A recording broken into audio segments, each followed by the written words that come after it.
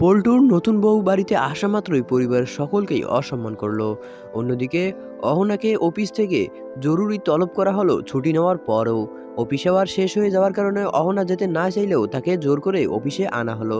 Hello guys, কি অবস্থা সবার? ছোট বউ নাটকের আগামী পর্বের ধামাকাদার আপডেটে আপনাদের সকলকে স্বাগতম। পর্বের শুরুতে আমরা পারুকে দেখতে পাই, যেখানে কিনা সে তার এই বিয়ের বিষয়টি নিয়ে একেবারেই ভেঙে পড়েছে। সে প্রথমে কাজে যেতে চেয়েছিল, কিন্তু পরবর্তীতে সে কাজে যাওয়ার জন্য আর রাজি হয়নি। অন্যদিকে আমরা অর্জুনের দুই ভাইকে দেখতে পাই, যারা কিনা দুর্গাদেবীর কাছে জিজ্ঞেস করতে এসেছে যে তারা দুইজন পল্টুর বিয়েতে যাবে কিনা। তখন দুর্গাদেবী জানিয়ে দেয় যে তোমরা এখন বড় হয়েছো, তোমাদের নিজেদের সিদ্ধান্ত নিজেদেরই নিতে হবে।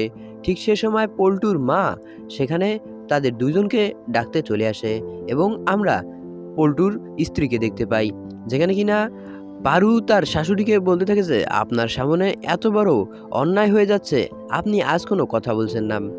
অন্যদিকে আপনারও একদিন এরকম সময় আসবে যখন আপনাকেও এই বাড়ি থেকে দূর দূর করে তাড়িয়ে দেওয়া হবে, তখন আপনার পাশে কেউ দাঁড়াবে না।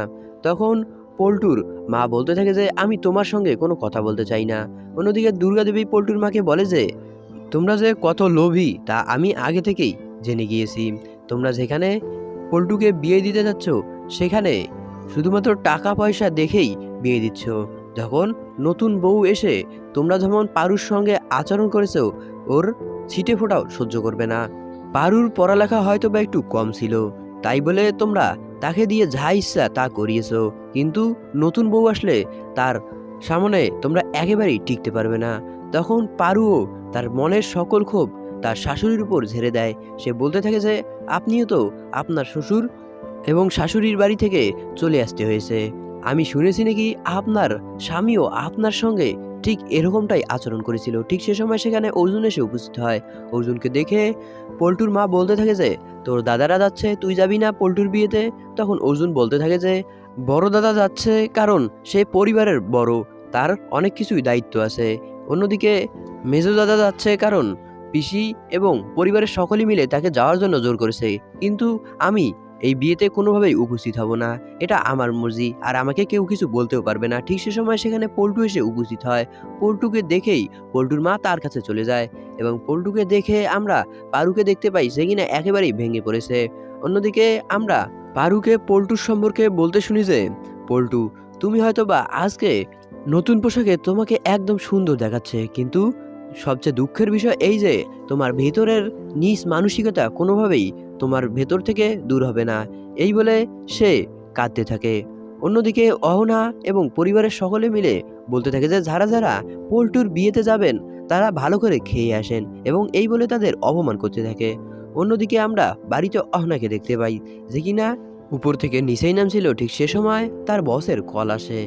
অহনার বস অহনাকে বলতে থাকে যে তোমাকে এক্ষুনি অফিসে আসতে হবে, আমার জরুরি কিছু কাজ পড়ে গিয়েছে।